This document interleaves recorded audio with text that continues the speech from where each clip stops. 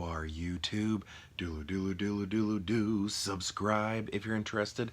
Hey, let's do a random ranking. Let's go to my movie collection behind me and pick out 3 movies at random and then rank them based on whatever criteria we come up with. We'll base it on those movies. And then, yeah, I'll rank them here in the video, but if you'd like to rank them in the comments below, please feel free to do so. Let's get to picking some movies. All right. I'm a little under the weather. Can you hear it? I sound like Cody from Dude Who Loves Movies. Do you hear it in my voice? Okay.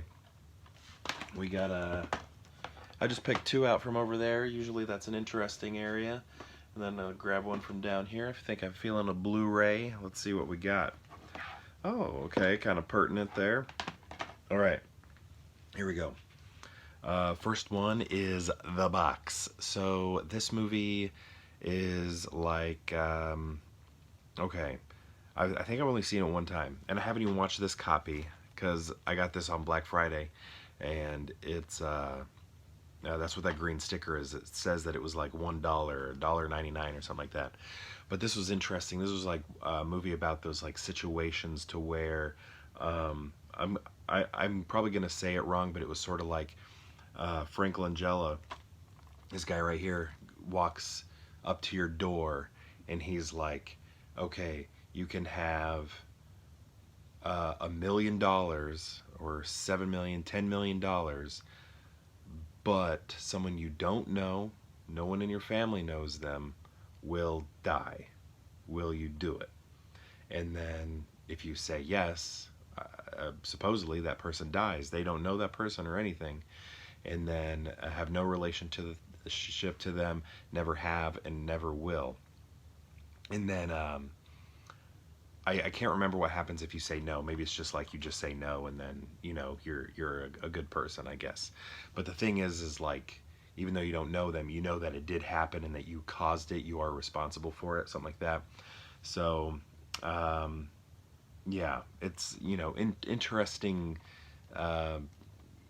ethic, moral questions, you know, going on. Yeah. Anyway, I remember thinking it was pretty good. I think it had something. Maybe I don't think it was pretty good. I think it was just like a watch. Is all it was. It was just a watch. But I do remember it has something like, I think like Donnie Darko. I think there's some relationship to this movie, and Donnie Darko might be like the director or writer or something like that. A.O. Scott, who actually recently quit reviewing movies, but he was one of the ones to take over Ebert's show for a bit. He was, and Michael Phillips did. He said, "See it, intriguing and dreamlike," and I get that. But yeah, he quit reviewing movies because he said it's not really his thing anymore. I think he's just unhappy with what's going on in the theaters. You know, sequels and things like that. He's just not as into films anymore, which I think is not a good statement. I mean, maybe he didn't say that. I don't know. I'm just reading headlines, right? But there are amazing films that come out. It's just those sequels and blockbusters, which I tend to like. They get a lot of the press, I guess. But you know, there are all sorts of other movies that are always out. Okay, so Fast and Furious 6. Let's try and remember which one this is, because I never do. Okay, 6. I believe Paul Walker's last one was 7. But, yeah, I'm pretty sure that's what goes on. Okay, I just want to make sure. Yeah, okay, so 6, I don't really remember what happens in 6 at all. So like 1, 2, 3, 5, 7, those are the memorable ones for me ish. 1, 2, 3 are the most memorable, and 5, I guess. But so yeah, I saw this. I saw it in the theater. But other than that, these movies just disappear. Next we have Gangs of New York, and I'm upset because I do not have my handlebar mustache. And Bill the Butcher, right there, Daniel Day-Lewis, the DDL, is one of the main factors as to why I grew a handlebar mustache. This movie was instrumental in me doing that, and it's just too bad that today I don't have that handlebar going on. This was nominated for a lot of Oscars, didn't win any. I remember, excuse, I'm going to sneeze here. Excuse me. So Harvey Weinstein, unfortunately got to bring him up because this was a Miramax movie, and Weinstein's goal here, this was going to be the movie that finally got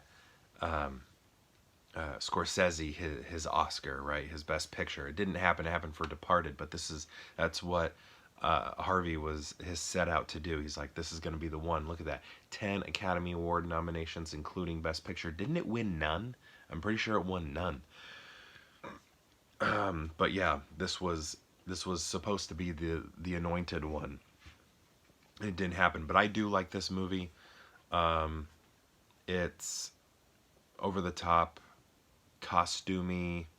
The gangs, I like the way that they are presented, like gang wear, gang clothing, gang colors, and things like that, but through like patterns and things like that. I just thought all of that was cool. I actually like this movie. I feel like it's kind of maybe divisive. I think some people don't like it. I do think Cameron Diaz. Oh, speaking of, look at that. We got 2 Cameron Diaz movies. Okay, but speaking of, I think she is the weak link in this movie, which I don't know. She's not too bad in it, but she's, I don't know. It's also not her greatest role, but what is, maybe from The Mask or something. There's something about Mary. I like her in the Charlie's Angels movies, but I think she's pretty good in this one though. I don't remember her thinking ooh or anything, but here I was just like, I don't really know. Actually, she's really good in Being John Malkovich. So she, I don't know. I feel like sometimes I pick on her, not intentionally. It's just I see her in movies and I'm like, you're the weak link. But she does have good stuff out there.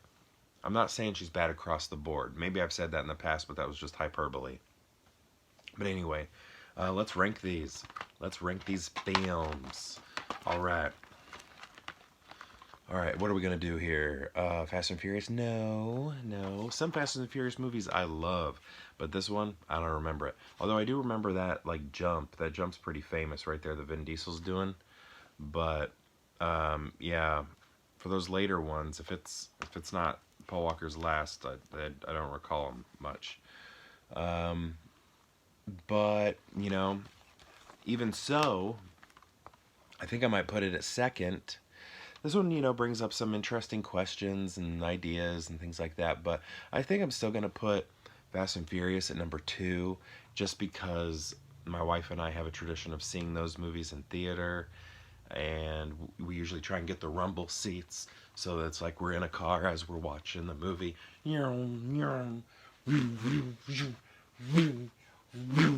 So I think I might put that at number 2 just for all the fun that we have watching those movies. And then, yeah, I gotta go Gangs of New York. I mean, that movie had a huge impression on me. Growing out my mustache again. That all goes out to Bill the Butcher, Daniel Day-Lewis, one of the goats. One of the goats. The greatest of all time. Should just be one, but I'm saying one of the goats. Because I think there are other goats out there. Leo's good in it. Gosh, who else is in it? Isn't John C. Reilly in it? And the guy who sings Can Can from Moulin Rouge, can't think of his name right now. He's in other stuff like Cloud Atlas. I think he's in Cloud Atlas. Okay, he's also in the Harry Potter movies, the later ones. But I just, Daniel Day-Lewis, man. And the costume design, just outstanding for Gangs of New York. So that's where I'm going to go. Gangs of New York in the production. I love the visuals. It's like cartoony, over the top, great costumes, so good. Okay, Gangs of New York. Then it's a very long movie though, and then Fast and Furious 6, and then The Box. So my question to you is: have you seen these movies? These three films right here, and if so, what do you think of them? And if you've seen all three, how would you rank them? I'd love to know. Let me know in the comments below, and perhaps I'll see you tomorrow for more Pure Hangout.